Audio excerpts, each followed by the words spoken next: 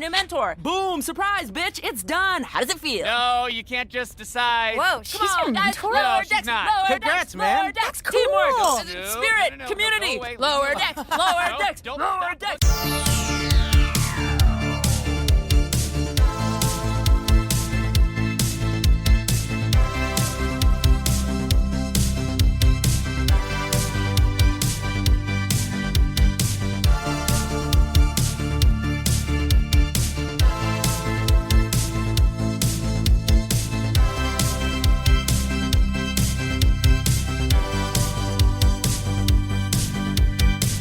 Hi, everyone. Welcome to Deep Space Pride, a gay Star Trek podcast. I'm Johnson Lee, one of your hosts, and with me is Mike Thurlow. Mike, how are you? Hey, Johnson. How are you? Good, good. How was your day today? It was busy and hot. Yes, I agree. The AC has not stopped at all. I do have the AC on today. So, yes, it's that hot here in New York City today. So, but I'm excited because we're talking about Lower Decks Episode 1. Yes, finally. So Finally. everyone knows, today is August 11th. So we've had a few days already to rewatch the first episode, Lower Decks. Mike, how many times did you watch it? I have watched it a total of 6, I think, so far. Okay, all right. That's ambitious. I watched it 4 times. I thought that was a lot. I thought you said 4 to 5. I think you're up to 5. I think it was like 4 and a but half. Like I don't think I finished one of my viewings because I got Okay. distracted by something. But Yeah. I mean, Um, it's just enjoyable background, and we'll get into it. But yes. Yes, we will. we both are enjoying it, and we'll talk about Second Contact in a few minutes. Mike, what did you Star Trek this week other than Lower Decks? So I've got 2 things. First, I rewatched, I don't think I've actually finished it, but because it's so long, and there are parts where you just want to stop forever. But I'm rewatching The Motion Picture. Oh my gosh! So I told you yesterday I started to rewatch it, right? Because Right. it's been forever since I've Yeah. seen it. I totally took a nap in the middle, and then I haven't gone back. Yeah. I need to. Yes. So you and I talked a little bit about the 9-minute beauty shot of the new Enterprise, which, for those of you who don't know, is my favorite Enterprise, aside from the Discovery Enterprise. But my favorite version of the Enterprise is from The original Enterprise. of the original. Well, even the A is still the same design, so it's still a really nice ship. Fine. So that's my favorite version of Enterprise, aside from Discovery, which looks very similar and also looks amazing. So we talked a little bit about that 9-minute thing, and then apparently you took a nap after that. I mean, that wasn't the part that, okay, first of all, I had food coma because it was right after dinner, and I always take a nap around like 8 to 9 o'clock p.m. because I usually get my second wind around 10:40, just so everyone knows. That's very specific. Yeah, 10:40 is when I get my second wind, and then I work out at like 11:30 or midnight. That's a lot of information. But yeah, watching it at around 8 o'clock, I got very tired. And it's a little slow. Well, yeah, exactly. I was watching it and I was thinking, man, this is like the longest voyage into V'ger ever. There's just a lot of, and I've noticed this about a lot of original series plots as well as first and second season TNG. Sometimes there's just like something random. Like they like fall into a wormhole because they couldn't properly engage warp. I was like, what is that? And then that was a whole long sequence. And I was just like, this is completely right. Yeah. Well, it's a new, it's a new redesign. So the engines were not balanced yet. And Spock needed to come to the rescue. So we have that. But then, the voyage into V'ger is excessively long. And the one thing that I did notice about it this time was that it really, so even though it's a long time frame, it does really accurately depict, like there are a couple of shots where you see the Enterprise and it's so tiny amongst this whole big screen of stuff. So they really did a great job of creating this overwhelmingly the size of V'ger, the scale, right? The scale, right? The scale of V'ger. So I think they did a nice job with that, but it is long, and so I have not finished it yet because, like you, I didn't go into food coma, but I did get a little distracted. But I have been watching that, so that's been nice. In between watching Lower Decks again and again, just for the heck of it, just because it's funny. It is. We will talk about that in a minute. Yeah, that's our next segment. But the only other thing that I've Star Trek this week is so today it's Tuesday, right? And David Mack's new Star Trek book that he wrote like 10 years ago finally came out for Star Trek 2009. And I'm going to look at my app really quick because the name is not easily More Beautiful Than Death is the name of it. Okay. Not the original name of it that I've heard him say, I think, at an interview or whatever, but More Beautiful Than Death by David Mack just came out. And so spent a little time this morning listening to some of that. And is that supposed to be an adventure during their 5-year mission? No, so this is one of the I'm imagining he was tapped pretty early on after Star Trek 2009 to write this novel. So so it's actually set before the 5-year mission. It's set in between 2009 and Into Darkness, I guess. So the crew is still getting used to one another, that sort of environment, but the one thing, I really do like David Mack. He's good. He's really good. Mm-hmm. The one piece about it that I'm not enjoying, or that I'm realizing, is that there's a lot of character development of a secondary character that plays a role in the story. Mm-hmm. And so I'm a little thrown off by that, but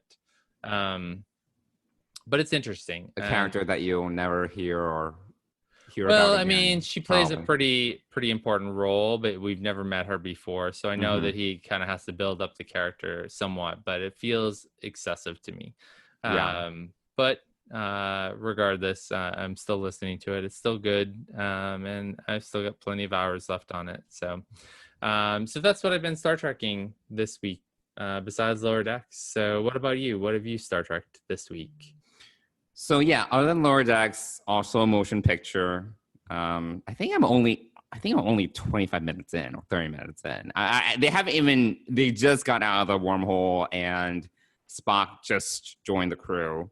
So they're not even at V'ger yet. That's not quite. We're not quite. Right. You're not. I'm trying to think what else I've Star Trek this week.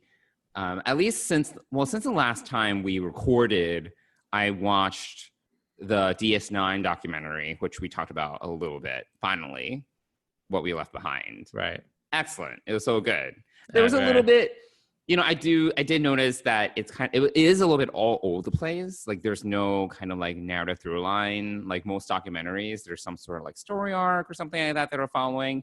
Here it's just like anecdotes. Like there's like, I don't know how well you remember it, but there is this whole thing where the writers they're kind of brainstorming what a season 8 would be. Yeah. So there is a little bit of that peppered throughout the whole documentary, but that doesn't really tie things together that well in any sort of way.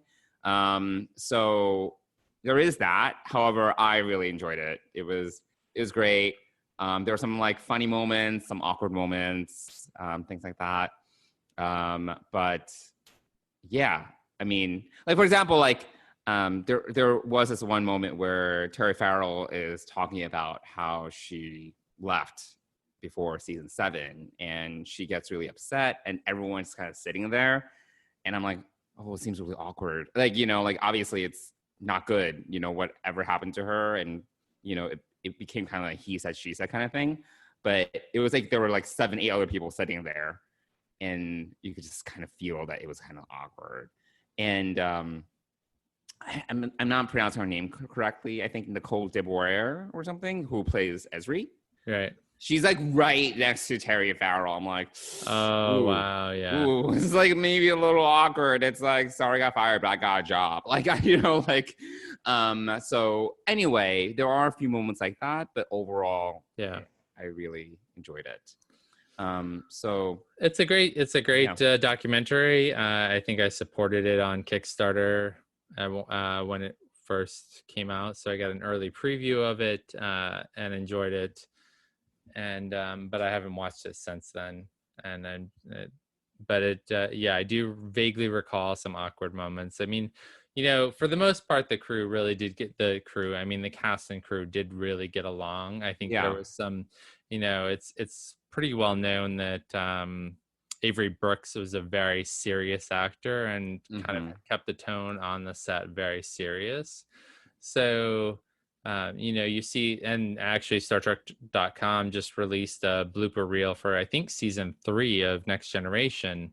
And, I don't imagine that those sorts of things exist for Deep Space Nine, just by the very nature of the way Avery kind of ran as the number one on the call sheet.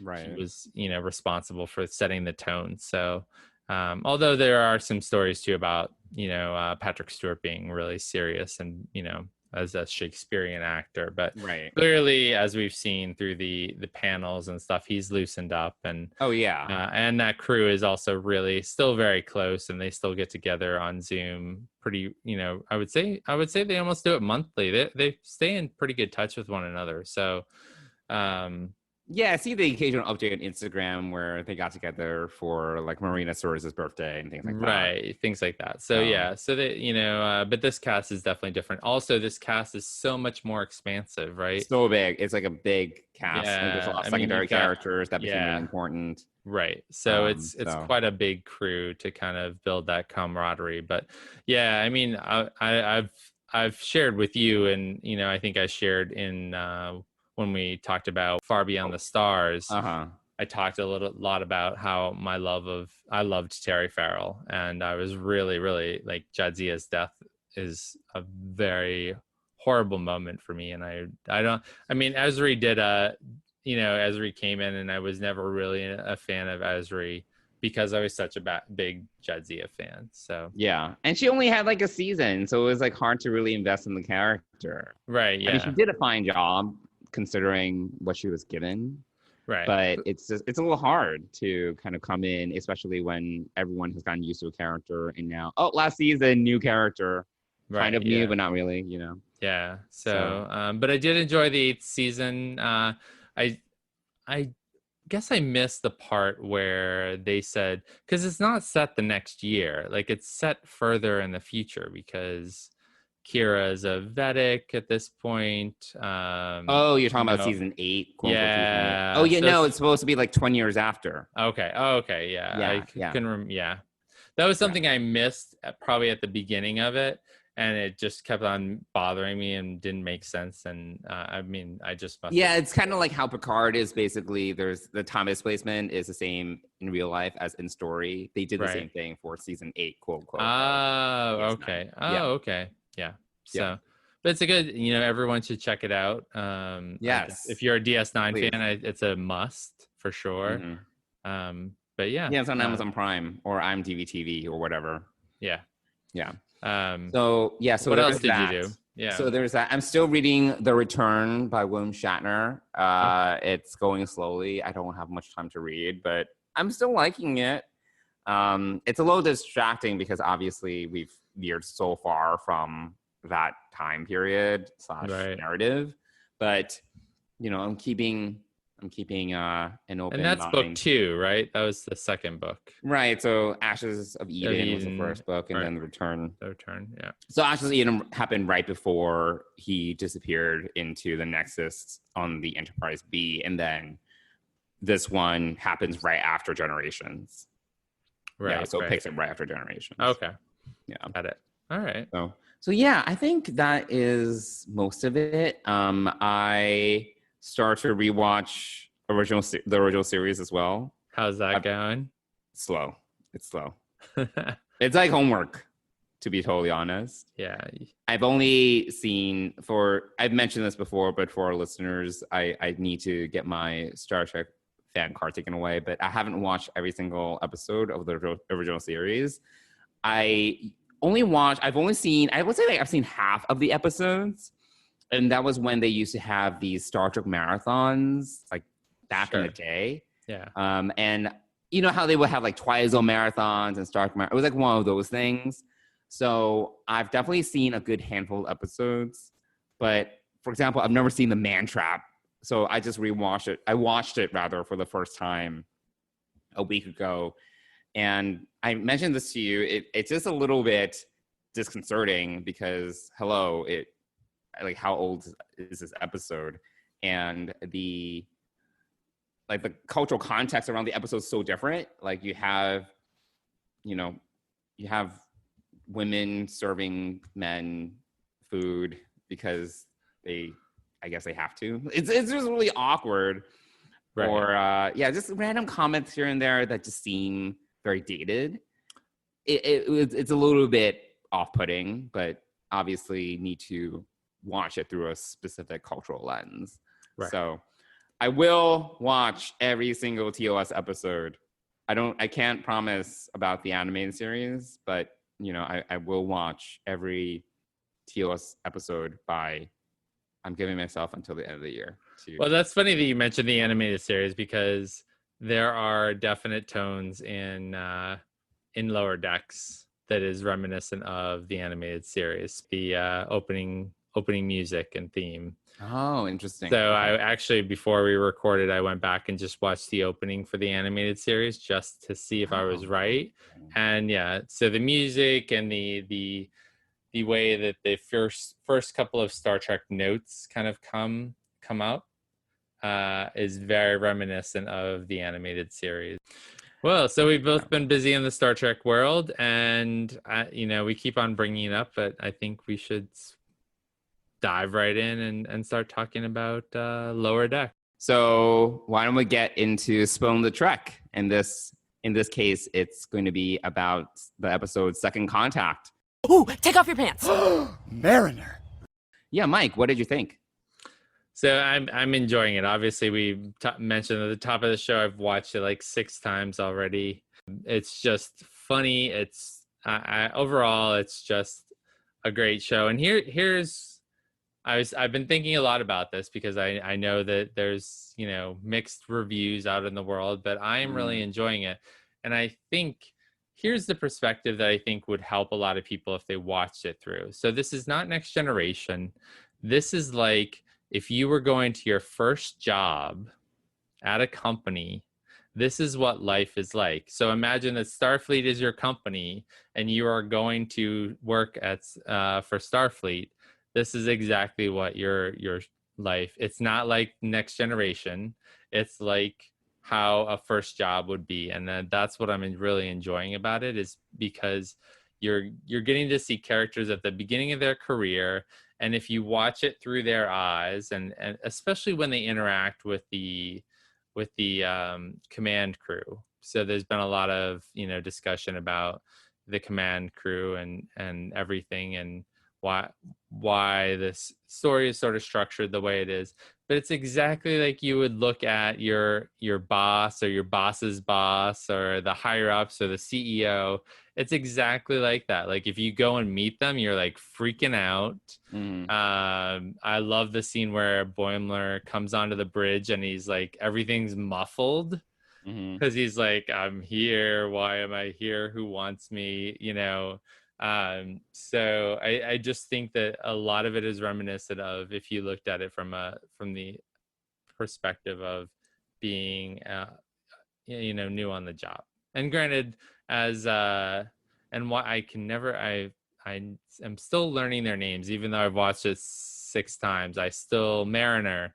I keep on forgetting. Okay. I keep on forgetting her name, and I really like her because I think she's savvy. She's, obviously we learn at the end of the episode who she really is. But I just think that she's kind of like the Kirk, the young Kirk, the rogue, the one who does all the things, and gets into trouble. But it's, there's always one of those in your office set up, kind of like someone who likes to spark trouble, or doesn't like to follow the rules or things like that. So, but the characters are great. you and I have texted about the screaming is awesome. You There's so know? much. It's very Rick and Morty. Yeah. Like Rick and Morty kind of Family Guy, kind of like there's a lot of Yeah. panic and Yeah. screaming, which is totally me. Yeah. I would totally be Boimler. Yeah, but what Like, were your early? Yeah, we talked a little bit about this. I'm probably more like Mariner. You're more like Boimler. yeah, I'm all about the rules. Yep. I love So, rules. What did you think of it? What are your kind of overall impressions of it? Yeah, so I really enjoyed it. You know, I kind of went in, I enjoyed the trailer when it was first released, and I also enjoyed the teaser when it was released. And, you know, I didn't go in with super high expectations. I kind of just tried to moderate my expectations going in. But that being said, I really enjoyed it. I liked the pace a lot. I definitely thought that it was, considering that it's a 25-minute episode, they cram so much in. Not only do you get introduced to a new crew, you get there are three storylines. There's the virus on the ship, there's Rutherford and his date, and then there's what's going on the planet. And they just cram, so it's incredible how much they cram in, considering how much time there is. And I think that speaks to just the overall pace, even the way that people talk on the show. It's very fast paced. It's bang, bang, bang, in terms of the back and forth, the banter. It's just really quick. I do think that's one thing, and I'm actually okay with this. I've heard some people complain about where there's not much room to breathe and let scenes breathe. I do think that is the kind of comedy that they're going for, where that is very Rick and Morty, where you're just bombarded. And I'm actually okay with that because sometimes I get a little bit ADD. Perfect example was motion picture, where it's probably a little bit too deliberate and it's a little bit too slow. And I'm like, something needs to happen right now. Otherwise my attention's going to go somewhere else. Here, I wasn't even tempted to look at my phone or text anyone. And, I wasn't even tempted to do that because it was just going so fast. I was thoroughly entertained. So yeah, I personally thought it was really great. I do think I would like to see a little bit more from the senior staff, because and I mentioned this to you, I do think that they're being presented as a little bit narcissistic right now. And obviously that is somewhat through the lens of these junior officers. But at the same time, even Boimler's meeting with the captain, and, she basically wants him to spy a Mariner, things like that. It's a little bit weird. So I'm hoping that there was more development when it comes to the senior staff, and we actually see that they're competent and not just bumbling fools. That being said, I do think that they do, even if they don't, I'm actually okay with that, because they're supposed to be a foil to these ensigns. And, the show is about the ensigns, not about the senior staff. So I'm actually okay with it. I do think that, and, it's been a few days since the episode came out, so there's already been a lot of reactions online. And I think that, and this goes back to this whole toxic fandom kind of thing that we've talked about a little bit here and there, where people are just kind of hating on it because it's not the Star Trek that they know and love. It is a little bit different, and it's a different interpretation, and obviously it has its own personality and spin. And, I've seen reactions where people are like, there's no way that this is Star Trek because the senior staff would never act this way. And I did hear some people complain about short treks. And do you remember the episode of The Trouble with Edward, where it's this guy Edward is very awkward, yeah. And I don't remember the name of the woman who played the captain, but she was also on Alita Battle Angel. I don't remember her name. Oh, okay. I don't know. I don't remember her. I mean, it's H. John Benjamin who plays Edward in that episode. But and then, there's this whole scene where he's talking to Edward is talking to Rosa Salazar. Sorry, Rosa Salazar plays the Captain Lucero. And there's this whole scene where she's like, yeah, someone filed a complaint, to Starfleet about me. And he's like, who would do that?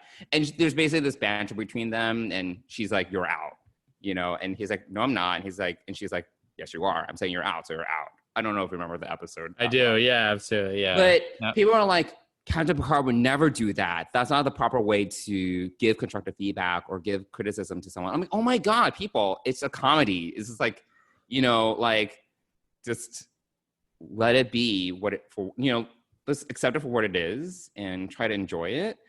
And not every captain needs to be like Captain Picard, you know? Right, exactly. So not every leader is the same. You know, and also we have to remember that the Enterprise was a flagship. It got the best of the best.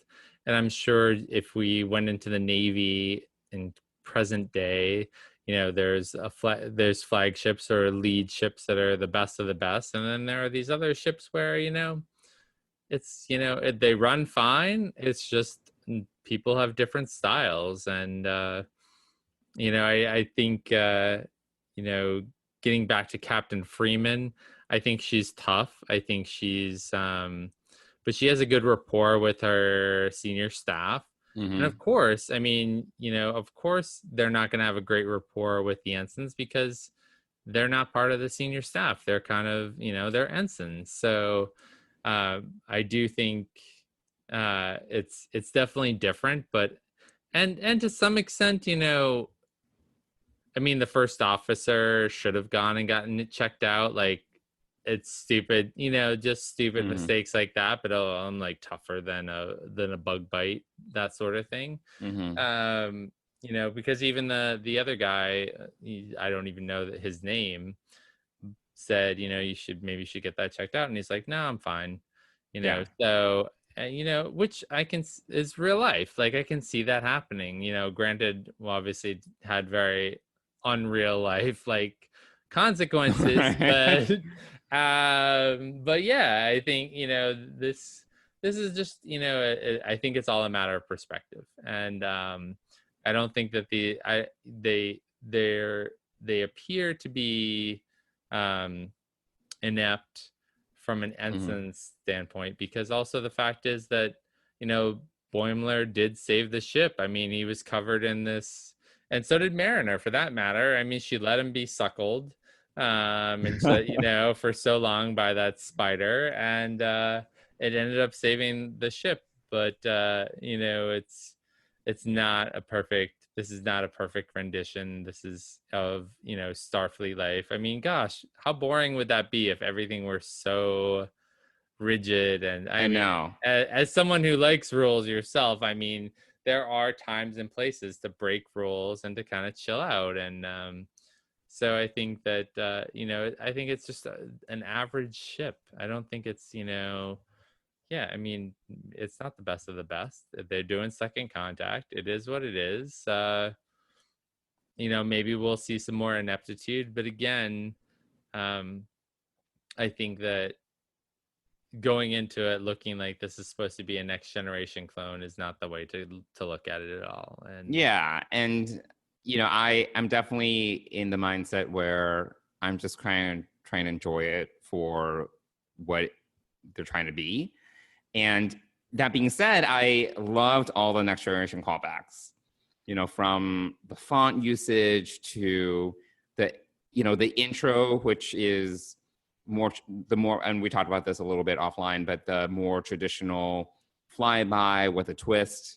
You know, like it's like those, Voyager, except we crash into things. And right. Yeah. You know, there's a great call out in that intro too, with the Romulans being attacked by Borg, which kind of ties into Picard, right?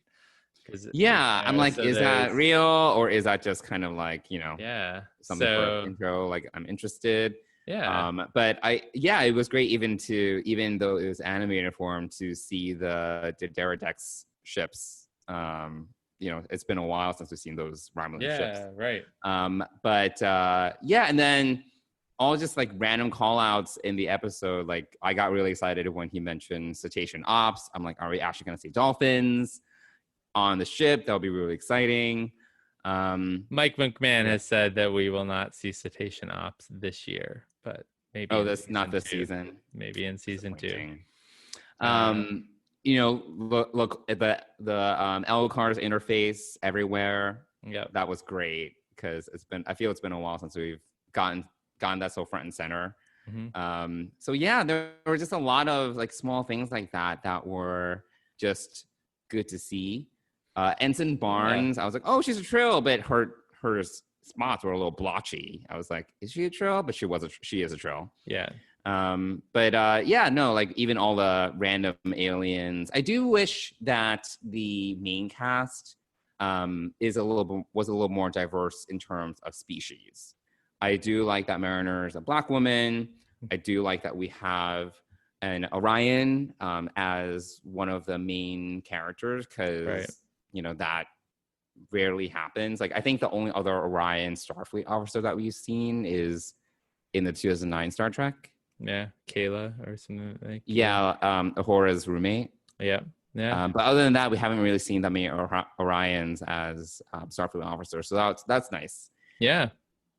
But I mean, obviously animation allows them to do a lot more in terms of highlighting different species and being a little more, adventurous that way. Well, I mean, behind Ensign Tiana was Ben Zeit, right? Yes, when she was coming aboard the ship. Yeah. It's been a while since we've seen the Ben Zeit. Yeah, and also, a couple of times, and I was like, why are so many? There were like 2 or 3 times where you saw someone wearing a visor. Geordie's. Oh yeah, there were at visor. least 2 officers wearing visors. Yeah, I'm like, shouldn't have upgraded to like the eye implants. Right, exactly. That was my thought too. But I thought that was a nice callback. There were a lot of little things like that. But I'm also really excited about this crew from I hope we get to see some additional like novels or comics, and hopefully someday I would love to see what they're doing during Picard's time frame, because I can see the 4 of them becoming a really tight-knit crew and hopefully going on to further adventures as they grow older. That would be interesting if there was like some sort of cameo in Picard season 2 or something. Yeah, I mean, Mariner has promised to help Boimler get his captain's chair, but I could see the 4 of them being the bridge crew, so on their own ship someday. So we're really seeing the formation of a future crew. Which is really kind of fun and exciting. You kind of get to see them at the beginning, and maybe eventually someday we'll get to see them in the future, or the present of Picard, or that sort of thing. So that was really exciting. And I do think that, to what you're saying, and this goes back to personally what I think is the strength of the episode, is that you get a gist of who each of these characters are in such a short span of time. Yes. And you kind of just get, a little bit of the backgrounds, you get a little bit of their personalities, and they become like real people very quickly. I agree. Given how much they squeeze in. And I do think that this is definitely one of the stronger series pilots that we've gotten from Star Trek, where I think he's very confident in terms of the tone, what they're going for, the pacing. They kind of just know what they want. Yes. And usually that takes a little bit. I feel it takes a little bit longer for these new shows to get their footing. But I do think that it is one of the stronger series premieres I've gotten. Yeah, I would agree. And I think it comes down to feeling attached to the crew already. Even the senior staff, which are you get to know the least, but I think there's definitely really good world building, really good character building here, and I'm excited to see obviously we got a trailer of things to come, which are some exciting scenes, things that we haven't seen before, maybe even a callback to the Next Generation premiere episode. Oh, perhaps. Yeah, I was very excited about that. So that's kind of cool.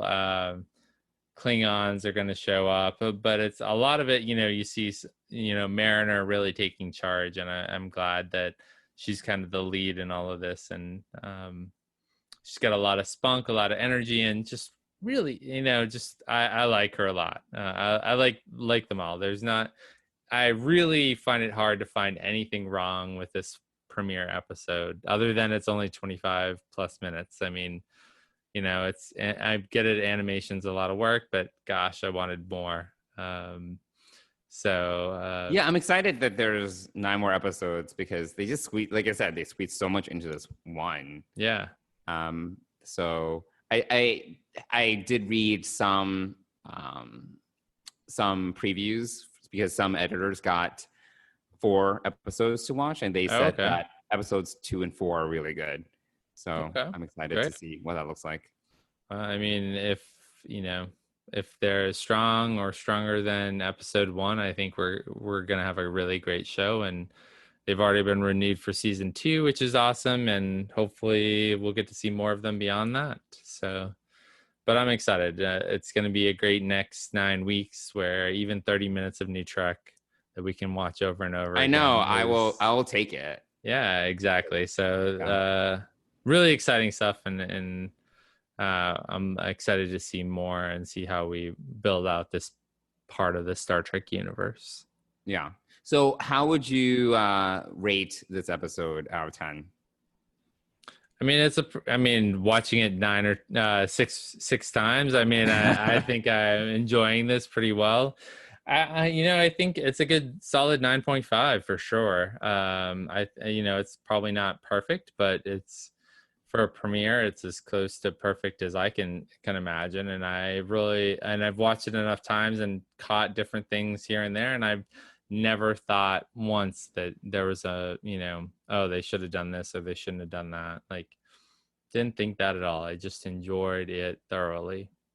What about you? Yeah, no, I would give it a 9. I was kind of vacillating between an 8.5 and a 9, but I think I would give it a 9 because, yeah, like just the fact that I never watch an episode like 4 or 5 times. Like I just think it's so easy to watch. It's enjoyable. There's a lot packed in. They do a lot with it, given the time limitations. So yeah, no, I'll give it a 9. It's great. Awesome. Great. Well, there we go. We've spilled the Trek on episode 1 of Star Trek Lower Decks, Second Contact. Let us know what you all think. You can email us at deepspacepride@gmail.com, or they can find us on socials, right? Yeah, we're on Twitter and Instagram at deepspacepride. Pretty simple. So you guys can reach out to us, comment on our posts. Once we have posts, DM us, and we will try to respond. So why don't we move on into off topic? So yeah, Mike, other than Star Trek, what else have you been watching, reading this week? I mean, the only thing that really comes to mind is the Umbrella Academy season 2, which was very good. Hoping that there's going to be a season 3. Yeah, they haven't announced a renewal yet, but I'm pretty sure they will. Yeah, I think it's a strong show for Netflix, and this season was really strong. A lot of great issues brought up, a lot of confusing things. We watched this season finale last night. Actually, we watched 8, 9, and 10 last night. Oh wow! Did Dennis like it? Yeah, Dennis liked it. And somewhere in episode 8, there was a part where I won't get into it for spoilers, but I was like, okay, can we just move this forward? Like there was like about, I don't know, probably not this long, but 2 to 3 minutes of just nonsense. And, and I was just like, come on, let's just mainly because I wanted, it was a point in the plot where it just they weren't moving through it fast enough. And I'm like, I don't need to see this, beating the crap out of each other for this long. But I don't want to give it away because I know you're still in the midst of it. But so that's pretty much all I've really watched. I mean, I was away this weekend, so I didn't watch any TV really. My nephews and niece apparently love SpongeBob. SpongeBob. Yes. So I did catch a few of those episodes in the background, and I still do not understand it, but that's okay. It is not made for me. You're not the demographic. I am not the demographic, Yeah. but so that's pretty much all. I did not watch that. I'm as far as audiobooks go, before the new Star Trek book dropped, I'm almost finished with The Magician's Nephew by C.S. Lewis. Oh, throwback. Yeah, I mean, it was a daily deal for Audible for $2.99. I don't think I've ever listened to or read those books in order that they were meant to be. Is it read by C.S. Lewis? It is not. No. That's too bad. So, and it's a little bit harder to follow, and I do listen to an accelerated speed to get through it. But so I've been listening to that, and prior to that, I listened to this really great audiobook, Doing Time, which is also really good about time travel. So, so that was also really enjoyable. And there's a second one coming out in I think in October. So and I've also listened to Dr. Aphra, which is also really well done. That's a Star Wars tie-in. Oh, so so that's pretty much my you're juggling a lot of audiobooks. No, I've listened. I mean, those are completed audiobooks. So I kind of did Dr. Aphra. I did Doing Time. I'm in the Magician's Nephew, but then the new Star Trek book came out today, so I jumped into listening to that. I do need to go back and finish Magician's Nephew, but I'm not as invested as I would be listening to Star Trek. So yeah. So I'm enjoying some of those things. What about you? What kind of off topic things, other sci-fi or other things that you're reading or listening to or watching? Yeah, so I am also going through Umbrella Academy. I am halfway done. I'm like on episode 7, halfway through 7, I think. It's good. I think I like the first season more because it was a little more original. Obviously, it was novel, so it's bright, new, and shiny. So I liked season 1. Season 2 is also very good. I do not enjoy some of the interpersonal drama, and I don't like certain characters. I don't like Vanya. I don't like Klaus. I find them both very annoying characters. I do. I'm with you on Vanya. Klaus has grown on me, and I think Klaus, as you move forward and finish the season, I'm hoping maybe you'll feel the same way, that especially with Ben and Klaus, like that whole relationship is really really quite interesting, and I do like Ben a lot, and there's something pretty cool and funny, a couple of cool and funny things with them coming up. I do like Ben as a character. He is intricately tied to Klaus, so there's no way to separate the two. But I think Klaus, like he just has so much baggage, and obviously I understand that he has a lot of baggage, so he's a complex character, but sometimes he just is annoying. I mean, I just because I'm very much the type to just be like, get your shit together, bleep, get your shit together, right? And he's too burdened by his feelings and his baggage, and obviously seeing dead people, like all those things, right? And Vanya, I'm just kind of like, make good decisions, woman, please. And the world is at stake as usual. Not a spoiler because that's always what's at stake. And I'm just like, suck it up, just move past your feelings and do what you need to do to save the world. I just don't understand, like, sometimes these, the stakes. And this happens a lot in, some of these shows or movies where the world's at stake, but then somehow they make a decision because, they base it on feelings. And it's like, it basically dooms everyone because you're selfish. and you can't get past your feelings and things like that kind of narrative and character decision making just drives me crazy.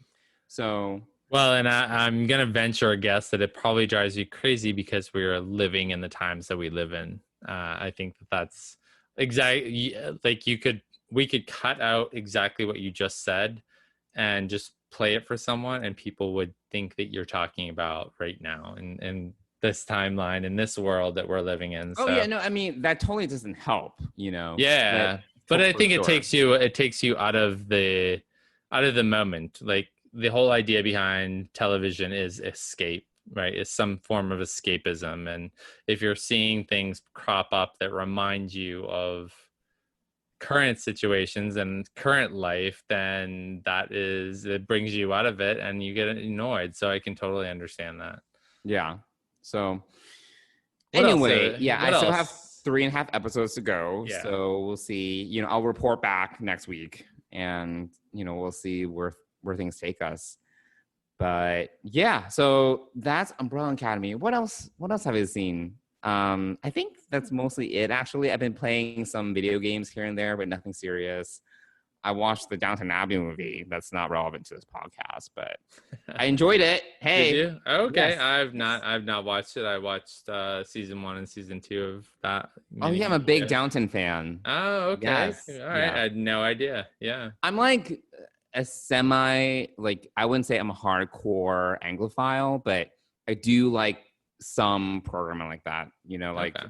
Downton Abbey, The Crown, few of those things. Hey, you watch Doctor Who? Like, that's Right. No, I'm an Anglophile for sure. I have been for a long time. I mean, so yeah, I mean, I grew up watching a lot of British comedies on PBS, and yeah, I'm never an got into Anglophile. British comedy. That's I think that is one subgenre I've never gotten into. That is a genre all its own. But I definitely grew up not only watching Doctor Who but also British comedies. So, but Downton Abbey, I think the part of the problem too is, and this is back a ways, but life kind of gets in the way. Like, when you watch the end of a season, Mm-hmm. and now I mean, even more so when it first came out, you had to wait a year or a year and a half for the next season. And by that time, you've moved on to other things, and you have to prioritize what you're watching. And like, if you're not like dying to know what happened to the characters, like if you're not as invested in them, then, you don't really you don't always go back to them, So yeah, I think that's the real challenge. But I enjoyed the first 2 seasons of Downton Abbey, but I never really, there's some good characters. I mean, but this is not a podcast about Downton Abbey. No, so it is we not. should move on. We are in off topic though, so we it's are. okay. Yes, yeah, we don't have to So- get into. I wasn't trying to start a whole conversation about that. No, but I think the Anglophile thing really ticked my box, because I do really like a lot of British shows. But Downton Abbey, well, Sherlock is another one that I've really enjoyed. Oh yeah, well. Sherlock's great. Yeah. Yeah. So yeah. Anything else? So watch the Down movie. I don't No, so I need to watch. Yeah, I need to finish. My main priority at the moment is to finish Umbrella Academy, Right. and my viewing of the motion picture. Yes. So those are my priorities. And then The Boys season 2 is around the corner. Not around the corner. It's like in 2 or 3 weeks. Right. So that's exciting. Yeah. Let's not rush. We're not ready for September quite yet. September is going to be here before you know it. I know, but I don't want to, that's still 3 weeks. We still got some good time. I mean, and then I just, and actually 2 other shows I really want to see. I know I haven't seen them yet, but I did see the trailer for Raised by Wolves, which is a new HBO Max show. Okay. Ridley Scott. It looks fantastic. I suggest you check it out. It looks really, really interesting. Heavy sci-fi, like very sci-fi, AI, aliens influence. Great. You should definitely check it out. Raised by Wolves. And Away, which is the new Hilary Swank miniseries that's going to be premiering on Netflix. Actually, both Raised by Wolves and I believe Away are going to be premiering September 4th, also around the corner. And Away, I think it's a limited series, 8 to 10 episodes. Hilary Swank is an astronaut, and she and her crew are going to be the first manned mission to Mars.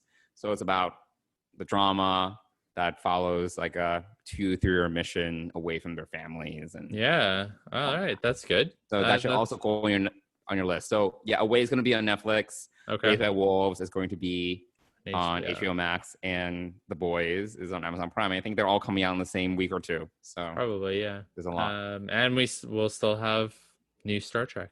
Yes. So I'm excited. There's a lot going on for the next couple of months.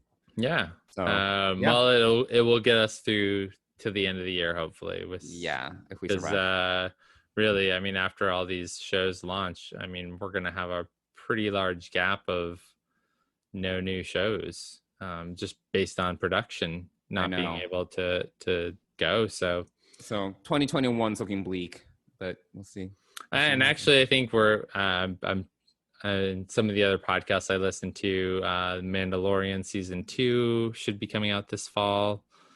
October, November timeframe. So that'll be good.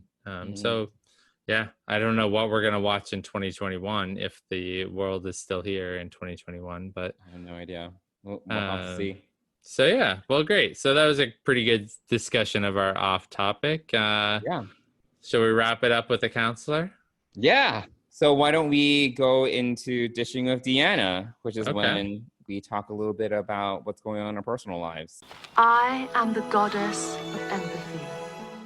So Johnson, dating life update. You had a date this past weekend. Yeah, so I had a date on Saturday, and it was with this guy I was speaking to on Hinge. So we were talking for about a week before we met up. And I mean, like, it was promising when we were talking over Hinge. Obviously, these apps are imperfect, and these conversations that you have, they're always a little bit stiff. I think the one thing that I always struggle with is maintaining the conversation, and you really need to put in the effort to keep the conversation going, because it's imperfect. Like, not only have you never met each other or talked in real life, you need to communicate your personality through text, which is very difficult to capture. You can use like emojis or whatever, but you don't want to go overboard. Don't like scare them off, Right. It's just, I think that was leading up to the date. That was the hardest part. I'm like, oh, what are we talking about now? There's only like so much you want to go. Like, you don't want to go too deep into very specific conversations because you want to leave room for the date. You want to talk about your background, your job, family stuff. Like, you touch on that stuff over text, but then you want to save that juicy stuff for the date, So yeah, we were talking a little bit. Like, we had some things in common. He's a gamer, so we talked a little bit about that.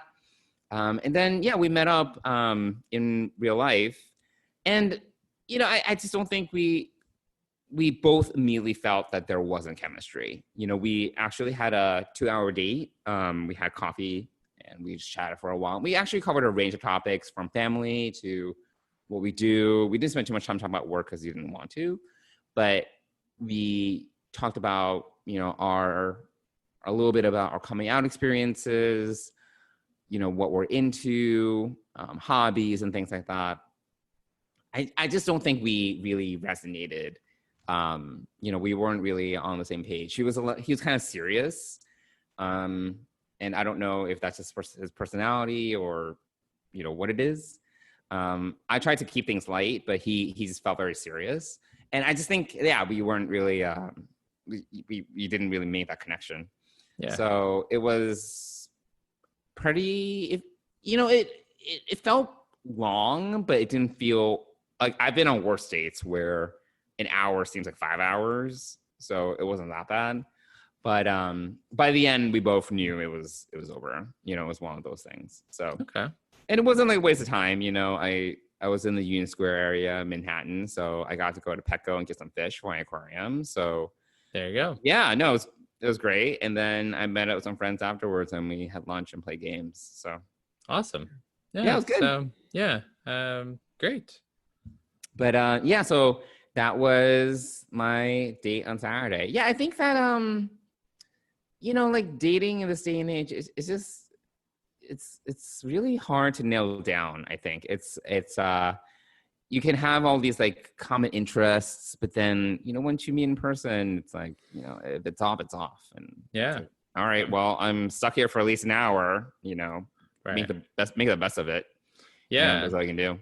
I mean, chemistry is really important, obviously, and Yeah. You really can't create that through text or, even video, really, to some extent. I don't. Oh yeah, for sure. So, you just got to kind of see how your two vibes come together or don't. So, well, there are, as our group text shared, there are plenty more fish in the sea. Literally. Yeah. It sounds like it was a good approach and you were hopeful, but again, things you can't predict are chemistry. So it's always good practice. It's like, right. Going in interviews or something like that, always good practice. Just keep on doing it over and over. Good. So well, cool. What about you? Yeah, how are things with Dennis? Things are good. He worked this past weekend, so I went away to see my family. So I hadn't seen my family since Christmas, which is 8 months or so. So it was really good. I did all the I did a COVID test before I left. I'm pretty aware of how I'm feeling as far as health wise. So I did all the things, and it was great. Took the Amtrak up to Massachusetts from New York, and it was a really good weekend. Time with my niece and nephews, time with my parents, time with my sister and brother-in-law. So it's just, and also I get to see and spend time with, had dinner with one of my oldest friends. I've known him for 16 years. And great. Oh, wow. 16. So we had dinner out on his back deck and with his roommates, and it was a really good time, and it was nice to reconnect, and it just felt great to be back up there and relaxing outdoors, much more outdoors than we are here in the city.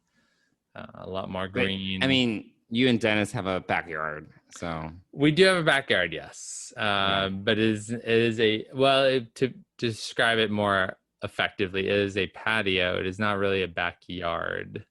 My brother and my brother-in-law and sister have a backyard. It's a backyard. Yeah, where there's grass, there's a swimming pool, so that's a real backyard. But yes, we do have a patio, so we do have some space to get outside of the apartment, which is great. But it is not necessarily immersing ourselves in nature per se. Right. Although we do have, a couple of trees and plants and things like that. But your rose bush. We have a rose bush, which Dennis is very excited about. Very excited. I saw him post about it. Yes, so he's very excited about that. Actually, I took some shots too, which I did not post, but I went out after the hurricane came through or whatever it was, tropical storm at that point. There was, as the first wave of the storm passed, the sun came out. All the leaves had some water on them. There were, some of the flowers had bloomed. So took some really cool, like up close portrait shots of the flowers. So it was pretty cool.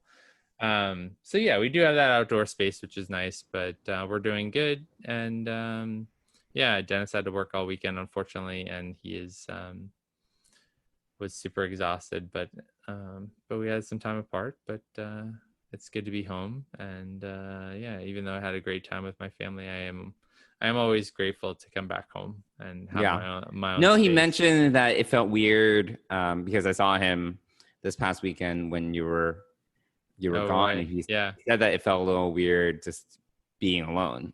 Yeah. Even though it was only for a couple of days. Yeah. He's just used to you.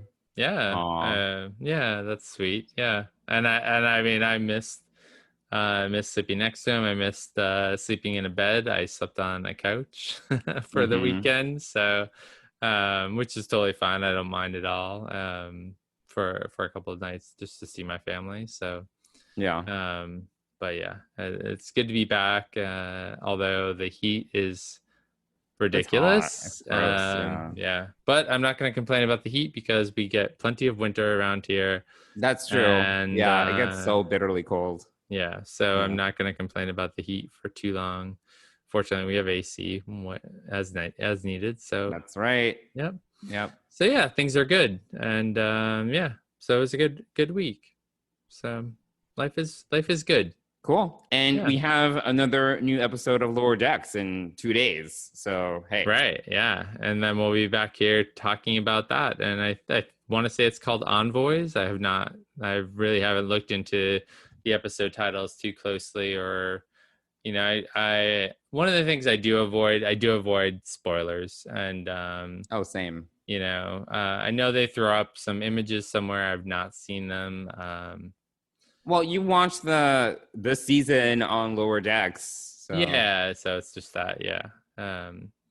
So yeah, so I'm looking forward to that. And yeah, we have a birthday party tomorrow night at our place.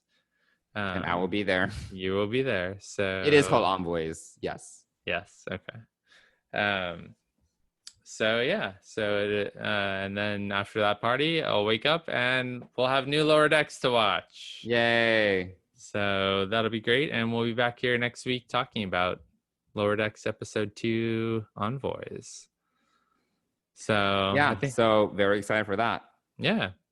I think that's everything for me. Do you have anything else to? No, I think that's it. We will be back here very soon. And in the meantime, as Mike said earlier, we'd love to hear from you. If you guys have any comments, questions, feedback, you can reach us through email and through social media. Otherwise, we'll talk to you all soon. Thanks for listening, everybody.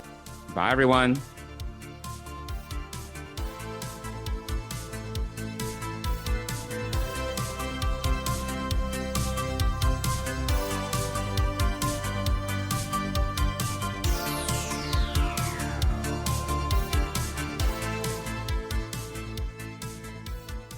Deep Space Pride is a production of Coconut Media Works. Executive producers Bill Smith and Dan Davidson. For more great Star Trek discussion, discover the other shows of the Trek Geeks Podcast Network at trekgeeks.com or find us in Apple Podcasts, Spotify, or your favorite podcast app.